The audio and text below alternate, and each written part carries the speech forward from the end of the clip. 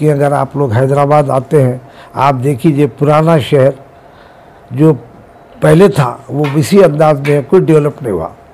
हमारे पास हैदराबाद में कोई ऐसे मदारिस नहीं है जहाँ फ्री हो, और जो मदारिस है वो प्राइवेट मैनेजमेंट के तहत चलते हैं और काफ़ी फीस लेती है। तो मसाइल औरंगाबाद में है, उससे ज़्यादा मसाइल जो है हैदराबाद में है। और ये औरंगाबाद तो पहले से भी पसमानदा इलाका रहा है, और तकरीरें करके उनके वोट काट लेते हैं, और जो वोट कांग्रेस को जाते थे और मुसलमानों के वोट से जो है कांग्रेस पार्टी का सिलेक्शन होता था, वो वोट ख़त्म हो जा रहे हैं और बीजेपी को चले जा रहे हैं। बीजेपी की पॉलिसी ये है कि आप जितना हो सकते हैं मुसलमानों को आप यूनाइटेड कर लिए, उनको कर दीजिए, हमारे को आपके वोट की ज़रूरत नहीं है, आप अपने लोगों के लिए उनका जो है विचार। नौजवान जो है तकरीरों से सिर्फ मुतासर होते हैं, और तकरीरों से मुतासर होने से कम्युनिटी का डेवलपमेंट नहीं होता। तो हम ये कोशिश कर रहे हैं कि हम तालीम आम करें। ये मुस्लिम कम्युनिटी को बेचने के कमीशन एजेंट है ये, और इस हिंदुस्तान में हिंदू मुसलमान जब तक के मिल के काम नहीं करेंगे उस वक्त तक हिंदुस्तान को तरक्की नहीं हो सकती। दरअसल इस प्रेस कॉन्फ्रेंस का देने का मकसद ये था कि आने वाले वक्तों में हो सकता है इंशाल्लाह बहुत जल्द महानगर पालिका इलेक्शन का ऐलान होगा, और हमारी पार्टी जो कहीं सेकुलर पार्टी है ज़माने से इस औरंगाबाद में भी काम कर रही है मेरे माध्यम से, और दूसरे भी जो महाराष्ट्र के दीगर ज़िला है उसमें भी काम चालू है अल्हम्दुलिल्लाह। और फ़िलहाल हमारे मौलाना सैयद हामिद शुतारी साहब वहाँ पर नए प्रेसिडेंट के तौर पर इलेक्टेड हुए, और जो जिम्मेदारी इनके ऊपर सौंपी गई थी उसको अल्हम्दुलिल्लाह बखूबी पूरे इंडिया में निभाया जा रहा है कि जो अवामी मसाइल है उनको किस तरीके से अच्छे तरीके से हल किया जाए, जो परेशानी है अवाम की उसको किस तरीके से हल किया जाए। दर्शकों को पार्टी का नाम बताइए। जी, हमारी पार्टी ऑल इंडिया मजलिस इन्क़िलाब मिल्लत, ये पार्टी लगभग 3 साल से वर्क कर रही है, और साहब हैदराबाद से है, और अभी इलेक्टेड हुए इसी महीने में नए से प्रेसिडेंट के तौर पर। जी सर, आप क्या कहेंगे, आज औरंगाबाद का दौरा है आपका, क्या मकसद से औरंगाबाद आना? ये बहुत ही इत्मीनान से काम कर रहे हैं, और चूँकि हमारी सेकुलर जमात है, हम ये कोशिश कर रहे हैं कि किसी भी तरह सियासी जमात से आवाम को फ़ायदा पहुँचे। और हमारे बायलाज में भी इस बात की वजाहत कर दी गई है कि हमारी जमात जो है सियासी अगराज़ व मकासद पर जो है गुफ्तगू करेगी, और जहाँ तक इंसाफ का मामला है, इंसाफ हासिल करने के लिए जो दस्तूर ने मौक़े अता किए हैं उन मौक़ों को इस्तेमाल करते हुए हम काम करेंगे। मैं हैदराबाद से ताल्लुक़ रखता हूँ। अब आप लोगों को ये एहसास होगा कि हैदराबाद में जो है ऑल इंडिया मजलिस इत्तेहादुल मुस्लिमीन भी काम करती है, वो जो है 62 ईयर से काम कर रही है, और आप लोग अच्छी तरह से जानते हैं उनका पहले तो एक ही एमपी था, अब उसके बाद आपके पास है महाराष्ट्र से एक एमपी मुंतखब हुए, अब 2 एमपी और जो है 8 एमएलए, 2 एमएलसी और 44 जो है आपके पास काउंसलर्स हमारे पास काम करते हैं। लेकिन अगर आप लोग हैदराबाद आते हैं, आप देखिए पुराना शहर जो पहले था वो इसी अंदाज में कोई डेवलप नहीं हुआ, लेकिन नया शहर चंद्रबाबू नायडू ने बहुत ही डेवलप किया। उसके बाद की कांग्रेस पार्टी रही, उन्होंने भी बेहतरीन काम किया, और वो लोग बेहतरीन काम कर रहे हैं। कांग्रेस पार्टी जो है तेलंगाना के ऐलान से पहले जो आंध्रा और तेलंगाना में कोलैबोरेशन था, जब से भी काम कर रही थी, मगर जो है आम एहसास ये है कि माइनॉरिटीज़ की जो जमातें हैं वो माइनॉरिटीज़ के नाम पे करोड़ों रुपए ग्रांट्स हासिल कर लेते हैं, लेकिन वो आवाम पे खर्च नहीं करते।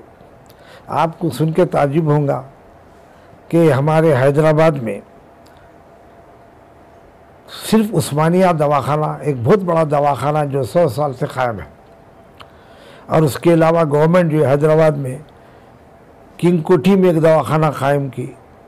गवर्नमेंट के 5 दवाखाने, नीलोफर हॉस्पिटल है कोठी का, ऐसा 5 दवाखाने हैं जहाँ पर गरीब आवाम और जो है मिडिल क्लास के लोग इलाज कराते हैं। मैं बहुत अफसोस के साथ ऐलान करता हूँ कि मजलिस-ए-इत्तेहादुल मुस्लिमीन का कोई दवाखाना नहीं है। जो दवाखाना निज़ाम का था, असरा हॉस्पिटल कहते हैं उस, शादी बंडे में है, और जिसको 2 करोड़ की ग्रांट है, इन्होंने लीज पे हासिल किया और आज हज़ारों रुपए आवाम से लेते हैं और झूठा प्रोपगेंडा करते हैं कि हम 500 रुपये में डिलीवरी कराते हैं और इलाज कराते हैं। कोई गरीब आदमी उनके पास इलाज नहीं करा सकता। तो आप उसके मुकाबले में आपकी इत्तला के बाद से क्रिश्चियन मिशनरीज़ के तेलंगाना में 60 दवाखाने हैं, 60 दवाखाने जो गवर्नमेंट के कोलैबोरेशन से भी चलते हैं, लेकिन उसमें ये कि फर्स्ट प्रीफरेंस जो है वो क्रिश्चियंस को देते हैं, सेकंड प्रीफरेंस टू अदर्स। और उनके 70 जो है कॉलेजेस और स्कूल्स हैं जहाँ उनको दाखला मिलता है। हमारे पास हैदराबाद में कोई ऐसे मदारिस नहीं है जहाँ फ्री हो, और जो मदारिस है वो प्राइवेट मैनेजमेंट के तहत चलते हैं और काफ़ी फीस लेती है। और समझे गवर्नमेंट और जितने और दीगर पार्टी के भी लीडर्स हैं उनके भी स्कूल्स हैं, समझे आप। तो लेकिन औरंगाबाद में जो लोग ये समझ रहे हैं कि मजलिस-ए-इत्तेहादुल मुस्लिमीन का एक MP आ गया है और यहाँ के लोग समझ रहे हैं कि रात जो है जन्नत बन जाएंगी, कोई जन्नत नहीं बन सकती। आपकी इत्तला के लिए जो मसाइल औरंगाबाद में है उससे ज़्यादा मसाइल जो है हैदराबाद में है। और ये औरंगाबाद तो पहले से भी पसमानदा इलाका रहा है ये, और जो है आज भी औरंगाबाद में तालीम की कमी है। आप जो है अगर ये लोग काम करना चाहे कहते हैं, लेकिन मैं नहीं समझता कि MP साहब या कि जो जमात कायम हुई है ये लोग जो है तकरीबन 10-12 साल से काम कर रहे हैं। 2012-13 से आए थे, 2012 से आए हैं और सिर्फ जज्बाती तकरीरें करते हैं और लोगों को जो है धोखा देते हैं और उससे मुस्लिम कम्युनिटी को नुकसान पहुंच रहा है। आज जो नफ़रत के चिराग जल रहे हैं यही मजलिस-ए-इत्तेहादुल मुस्लिमीन के MLA जिनका नाम अकबरुद्दीन अवैसी है, उन्होंने निर्मल में एक तकरीर की थी और वो तकरीर जो है इंतहाई नामाकुल तकरीर थी और उस तकरीर में हमारे हिंदू बिरादर्स के एहसासात को ठेस पहुंचाया और जिसके जो तकरीबन 40 लाख कैसेट पूरे हिंदुस्तान में तकसीम हुए।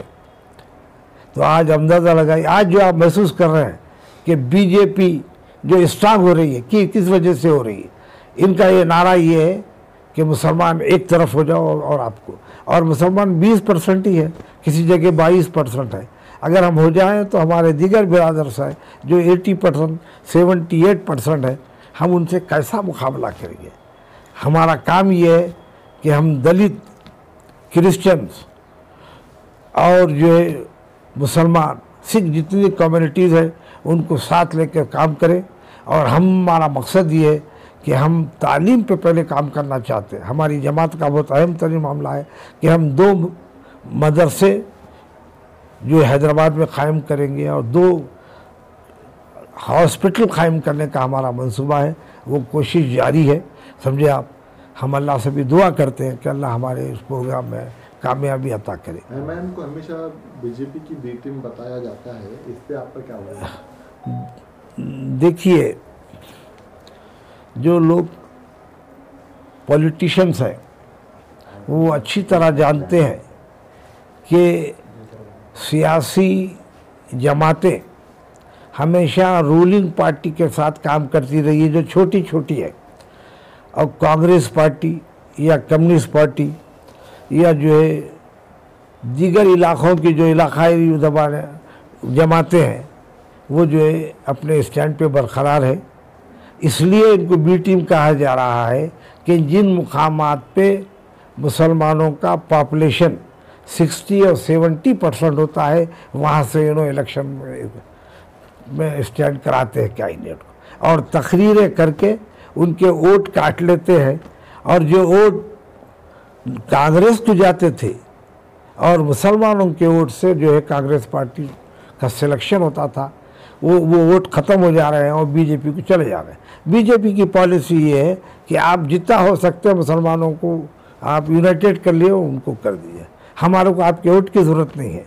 आप अपने लोगों के लिए, उनका जो है विचार यही है। औरंगाबाद में जो है हाँ पहले आमदार चुन के दिए एमआईएम का, जी, पहले आमदार चुन के दिया औरंगाबाद में, जी, औरंगाबाद की आवाम ने। हाँ। उसके बाद 26 कारपोरेटर चुन के दिए, हाँ। उसके बाद खासदार चुन के दिए। हाँ। इसका मतलब वो लोग काम कर रहे हैं अच्छा ग्राउंड लेवल पर। हाँ इसके लिए तो उनको चुन के दे रहे हैं ना पब्लिक। हाँ। फिर आपके पास क्या प्लान है नहीं। उनको अपने तरफ खींचने का? नहीं, हम ये बताना चाह रहे हैं, ये जो वोटिंग हो रही है वो आप भी अच्छी तरह से जानते हैं, हम भी अच्छी तरह से जानते हैं, बोकसिंग की बुनियाद पे वोटिंग होती है और असल जो लोग हैं वो वोट ही नहीं डालते। हैदराबाद में भी ऐसी होता है, पुलिस के कोऑपरेशन से वहाँ पर वोटिंग करते हैं और लोग खुशी से नहीं देते और जो है बोगस वोटों से मुंतखब होते हैं। ये बोगस वोटों की वजह से जो है आज दुश्वारियाँ हो रही है। अब जो नए रिफॉर्म्स आ रहे हैं आधार को लिंक करने के लिए, उससे जो है बोगस पे कंट्रोल होगा। और आपका ये जो सवाल बहुत बेहतरीन सवाल है कि भाई जब अगर उन काम नहीं करते तो उनको वोट कैसा देते हैं, तो ये वोट जो है नोट के बलबूते पे किया जाता है इलेक्शन। अभी कुछ दिनों में जो है महानगर पालिका के चुनाव आने वाली है, हाँ, तो आपका समझौता एमआईएम से या वंचित से कोई दीगर पार्टियों से हो सकता है? नहीं, हमारा जो हम माहिदा जो हो सकता है, हम सिर्फ सेकुलर पार्टियों से ही माहिदा करते हैं, नॉन सेकुलर पार्टियों से हमारा कोई ताल्लुक़ नहीं, समझे आप। हम आप ये कह दें ये भाई पार्टी वो है, हमारी पार्टी का वाइस प्रेसिडेंट जो है दलित का जो है सदर है, जैसे कासा सोमया हमारी पार्टी का वाइस प्रेसिडेंट है। तो हम वंचित के साथ जा सकते हैं? जी, वंचित के साथ जा सकते, कांग्रेस के साथ जा सकते, नहीं, राष्ट्रवादी नहीं, हम उन पार्टियों के साथ जाना चाहते हैं जो पार्टी जो है मुसलमान और हिंदुओं के दरमियान में कोई लड़ाई का मोटिव पेश ना करे, बल्कि अगर ये फ़ायदा पहुंचाना चाहते हैं तो हम उनके साथ रहेंगे। और कितने सीट आपके औरंगाबाद शहर में आने की आपको अंदाजा है? देखिए, अब हमारी पार्टी की उम्र खुद 3 साल है और हम लोगों ने जो किया कि बिहार में हमारी वजह से ये लोग मुंतखब नहीं हो सके। हम बिहार में जो है उन मुकामात पे ग्रुप मीटिंगां करें और लोगों का जहन साजी करे जिसकी वजह से लोग मुंतखब। और जिन लोगों को आप लेके आ रहे हैं तो बेवफा हो जा रहे हैं ना। पार्टी की तो कोई ताकत नजर नहीं आती शहर। औरंगाबाद में आप कितनी सीट चुनकर लेकर आएंगे, मेरा वो सवाल है आपसे कि कितने तक सीट आ सकते हैं? हम कितने ले सकते हैं? हाँ। पार्टी का जो है अभी हमारे दोस्तों से हम जो है तबादले ख्याल करेंगे और ये कोशिश करेंगे कि ज़्यादा से ज़्यादा सीट पे इलेक्शन लड़े और किसी भी बड़ी सियासी पार्टी जो सेकुलर पार्टी है उनके साथ मिलके इलेक्शन लड़ेंगे। किन मुद्दों पे लड़ने वाले इलेक्शन आप यहाँ? टोटल का औरंगाबाद की क्या समस्या है? नहीं, सामने आने वाले? अब अभी तक तो जो है हमने कोई ऐसा फैसला नहीं किया है कि अभी इलेक्शन में आ रहे हैं तो अब हमारे तमाम एग्जीक्यूटिव मेंबर्स वगैरह से बात करेंगे और उसके बाद हम ऐलान करेंगे। आपको नहीं लगता कहीं ना कहीं एमआईएम को बहुत बड़ा नुकसान होगा आपके आने से? ये जो मुस्लिम कारपोरेटर चुन के आ रहे हैं उनकी तादाद कम हो जाएगी? आपकी बोलिए ना, आप भी बोल सकते हैं। नहीं क्योंकि ऑलरेडी वो ऐसे जगह से कॉन्टेस्ट करते जहाँ हार जीत मुस्लिम में होती, उनको नुकसान का और फ़ायदे का सवाल ही नहीं आता। हम काम की बुनियाद पे वोट मांगेंगे जो हमने आज तक के करते हुए आए। और जिस तरीके से मौलाना ने बताया तो हम उन एरिया को ऐसा स्पेशल वो जैसा ने एमआईएम करती है कि जहाँ 60-70% मुस्लिम रहे, जहाँ 4 मुस्लिम ऑलरेडी लड़ रहे, 5वें इन्हों कूद जाते और फिर इनने मुनाफिक, उनने मुशरिक, इनने ये उनने वो करके जो अपने तरफ वोट को खींचने की कोशिश करते। तो वो काम हम नहीं करेंगे कम से राणा कम। साहब, इलेक्शन में आप जब उतरेंगे तो अपने टक्कर किससे लड़ेंगे आप? मतलब किसको अपना कॉम्पिटिटर मानते हैं आप? जो हमसे ज़्यादा काम कर रहा वो हमारा कॉम्पिटिटर रहेगा। सिर्फ तकरीरों की बुनियाद पर हमने देखे कि 2010 से इनकी यहाँ पर आवाजाही है एमआईएम की, जिसके बाद इन्होंने एमएलए में, चलो वो भी सब अच्छी तरह जानते कि वन साइडेड कहीं से चुन के नहीं आए हुए, वहाँ भी एमएलए में भी डिवाइडेशन में इनको चुन कर आए थे। दूसरी बार जो एक डेवलपमेंट का जो मसला था वो सही था कि भाई शिवसेना हमारे पास कुछ काम नहीं कर पा रही थी, तो जिसका खमियाजा ये हुआ कि भाई कांग्रेस भी नुकसान में आई महानगर पालिका इलेक्शन में, और नेशनल एनसीपी भी नुकसान में आई, और उसका सीधा फ़ायदा सिर्फ एमआईएम को हुआ। हार जीत जो महानगर पालिका के जितने भी एमएलए ये कॉर्पोरेटर चुनकर आए एमआईएम के, वो सारे मुस्लिम एरिया से ही है, और हार जीत मुस्लिम में ही होती, यानी कि किसी स्पेशल एरिया से जहाँ हिंदू मुस्लिम कम्युनिटी मिल के आई रहती, वहाँ से एमआईएम की सीट नहीं आई, वहाँ से सीट नहीं आई। कोकणवाड़ी में एक जो जय भीम का कॉर्पोरेटर एमएम का बने हुए, वहाँ तो मुसलमान की आबादी 15% नीचे कोकणवाड़ी में। नहीं चुन के आए 15% नहीं है, 15% है कोकणवाड़ी की। अपने इलेक्शन यादी भी चेक कर सकते हैं आप, 15% मुसलमान की आबादी है पूरे जय भीम की आबादी में। वहाँ पर ये जो सीट आई थी कोकणवाड़ी की, तो वो सिर्फ एमआईएम के नाम पर नहीं आई थी, वहाँ का जो भी जो है कॉर्पोरेटर, वो उनका वर्क पहले से वहाँ पर था। अगर वो एमआईएम से नहीं भी रहते तो वो सीट वहाँ पर आना ही था। और दूसरे जो एमआईएम के मुस्लिम एरिया से भी जो सीटें आई, वो भी उसमें कुछ लोग ऐसे हैं कि उन्होंने उनके खुद के नाम पर आ सकते थे चुनकर। लेकिन राणा साहब, आपको नहीं लगता कि औरंगाबाद शहर को खासदार इम्तियाजुद्दीन जैसा आदमी मिला तो औरंगाबाद का नाम भी रोशन हो, मुसलमानों की नाक भी ऊपर हो गई? और नाम जब इन्होंने, जहाँ नाम की बात आ रही है, तो जब 2010-12 में इनकी एंट्री हुई थी, उस वक़्त इन्होंने एमआईएम को बाजू रखते हुए सिर्फ एक मुस्लिम कम्युनिटी की बात करे थे बराबर। जैसा जब इनको चुनकर आ गए तो इन्होंने मुस्लिम को बाजू हटा दिया, सिर्फ मजलिस और उनसे जुड़े हुए लोग, यानी कि आवाम को इन्होंने एक धड़े से पहले चुन के आते बाजू कर डाले। और इनके जो चुनिंदा लोग हैं सिर्फ वो उतने ही हद तक इन्होंने मजलिस। और एक बात बताइए मुझे, जब इनका एमएलए आया उसके बाद 26 कॉर्पोरेटर्स भी आए और खासदार भी आ गया, कोई एक ऐसा काम बताइए इनका कि जो औरंगाबाद की आवाम छाती ठोक कर बोल सकती कि इन्होंने ये काम करे हमारे लिए। ऐसा कोई काम नहीं है। वो काम आप करेंगे? वो तो हम हमेशा करते आ रहे हैं, और हमको उसके लिए एमएलए एमपी बनने की भी जरूरत तो आप समाधानी नहीं है उनके काम से? एमआईएम के काम से हम बिल्कुल समाधानी नहीं है, और आवाम भी नहीं है। खासदार के काम से भी नहीं? खासदार का उसमें क्या मसला है? उनकी टीम जो वर्क करेगी, टीम वर्क का रहता है। एक अकेला नदीम राणा भी कुछ नहीं कर सकता, एक अकेले हमारे लाइफ भाई भी कुछ नहीं कर सकते, एक अकेले वसीम भाई भी कुछ नहीं कर सकते। एक टीम वर्क रहता, और टीम वर्क एमआईएम के पास क्या काम कर रहा है ये आवाम अच्छी तरह जानती है। सिवाय सोशल मीडिया पे तारीफ़ों के अलावा इनके पास दूसरा कोई काम नहीं है। इसलिए मैं बोलना चाह रहा कि 2010 से अभी 2022, ये 10 साल में कोई एक ऐसा काम बताना इन्होंने कि जो आवाम छाती ठोक कर बोल सकती कि हाँ इन्होंने इसके लिए मुतमैन नहीं है उनके काम। एमआईएम की कमर तोड़ने के लिए यहाँ पे आ रहे हैं। कमर उनकी नहीं तोड़ना है हमको। इसका मतलब नुकसान होने वाला है इलेक्शन में। हम उन लोगों को आगे बढ़ाना चाह रहे जो आवाम में रहकर ग्राउंड लेवल पर काम करते। हम ऐसे लोगों को हमारे साथ लेकर आगे बढ़ाने की कोशिश करेंगे।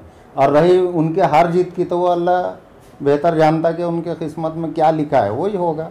औरंगाबाद की जनता और पूरे महाराष्ट्र की जनता खासदार इम्तियाज जलील को सीएम देखना चाहती है। जिस तरह वो सांसद में प्रेजेंटेशन करते हैं, वो सीएम देखना चाहती है जनता सांसद इम्तियाज जलील को। अब प्रेजेंटेशन किस लेवल से करते हैं और किन मुद्दों पर करते हैं ये तो वही बेहतर जानते हैं, क्योंकि जो अहम मुद्दे हैं औरंगाबाद के, तो उन मुद्दों पर आज तक बात नहीं हुई। 20 से 25 साल है तो अपने पुराने खासदार ने कुछ भी विकास नहीं करे, मगर अभी जो खासदार इम्तियाज जलील साहब कर रहे हैं, जो भी हो रहा है विकास, मगर आपकी नज़र में विकास नहीं हो रहा है, नहीं। ये बोलना है ना आपका? बिल्कुल। चंद्रकांत खैरे साहब ने जो 20 से 25 साल औरंगाबाद को करे तो विकास करे नहीं उन्होंने।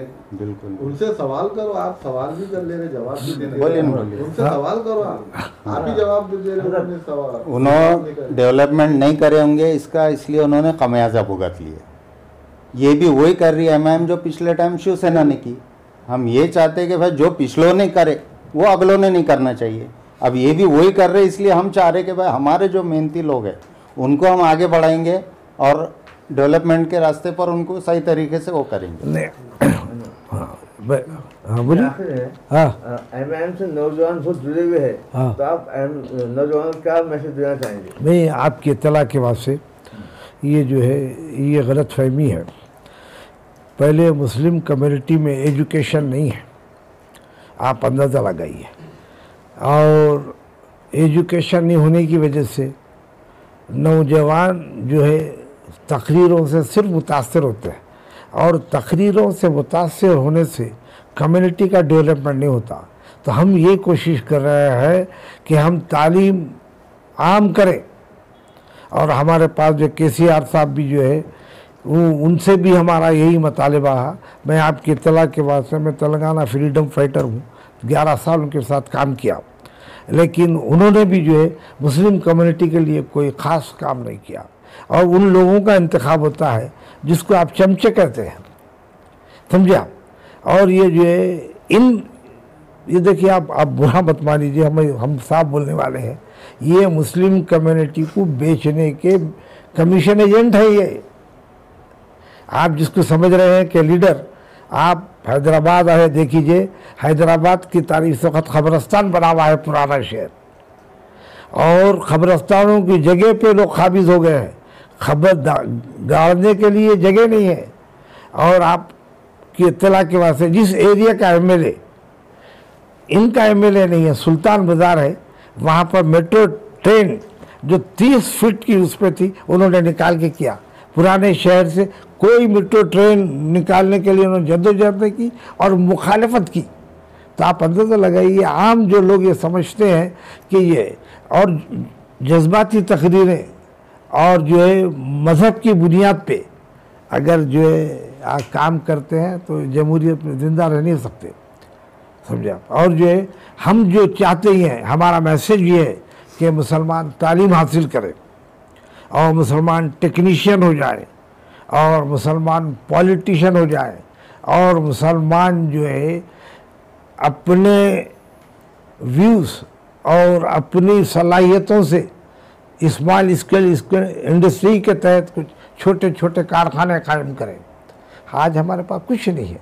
तो आप ये देख लीजिए कि और औरंगाबाद में मेरे को आने के बाद भी होता, बाद लोगों से बात करा तो मुझे हंसी दिखी कि अरे भाई ऐसी जज्बाती तकरीरों से काम नहीं चलता साहब। हम जो है, आप पहले गौर कीजिए कि आप जिस 10 कमरों का एक मकान है, एक कमरे पे आप काबिज है और जो 9 कमरे वालों को आप चैलेंज करें तो आप कैसे रह सकते हैं? ऐसा नहीं है। हिंदुस्तान जो है बहुत खूबसूरत शहर नहीं बल्कि फूलों का गुलदस्ता है हिंदुस्तान। और इस हिंदुस्तान में हिंदू मुसलमान जब तक के मिल के काम नहीं करेंगे उस वक्त तक हिंदुस्तान को तरक्की नहीं हो सकती। अब आप अंदाज़ा लगाइए, अभी आपने कहा कि बी टीम, कितने अपोजिशन के लीडरों पे आईटी का जो है धावा हुआ, तो क्या है, अब आपके पास क्यों नहीं होता धावा? आप देखिए, ये परसों तकरीर में उन्होंने एक बात कही थी, आपको सुना देना चाहता हूँ। उन्होंने कहा है कि मजलिस जो है 1957 की मजलिस नहीं है, ये मजलिस जो है हमारे बाबा की मजलिस है। बोले आप तारीख को झुटला देते हैं। कासिम रजवी साहब ने आपके बाप को नामजद किया था, अब्दुल वाहिद अवैसी को, तो वो वही मजलिस थी। लेकिन जो है हालात बदलते हैं तो आप ये कह लीजिए कि हमारे तरीक़ेकार बदल गए हैं। लेकिन आप ये कहते हैं कि मजलिस वो नहीं है, लेकिन मजलिस की जितनी प्रॉपर्टी है सब आपके कब्जे में है। गवर्नमेंट आपको दे दी, ये समझ के दी कि आप जानशीन हैं। दारुस्सलाम, समझा, जो जितने उनके असासे हैं आप वापस कर दीजिए अगर दयानतदार हैं। और जो हमको इंजीनियरिंग कॉलेज है, गरीबों को दाखिला नहीं मिल सकता। आप ये नोट करिए, हम चाहते हैं कि गरीबों को मौका मिले और हम यही हमारा मकसद ये है कि मिडिल क्लास और गरीब जो मुख्तलिफ कम्युनिटी के भी होंगे, हर रोटी कपड़ा मकान तमाम कम्युनिटी की ज़रूरत है। तो हमारा मकसद ये है कि हम जो है उसके लिए हालात साजगार कर रहे हैं और सियासी ज़िंदगी में 3 साल कोई बड़ी अहमियत की हामिल नहीं होती, लेकिन अल्लाह के करम से हम जो है 7 रियासतों में हमारी जमात को कायम कर दिए हैं और इलेक्शन में जा रहे हैं।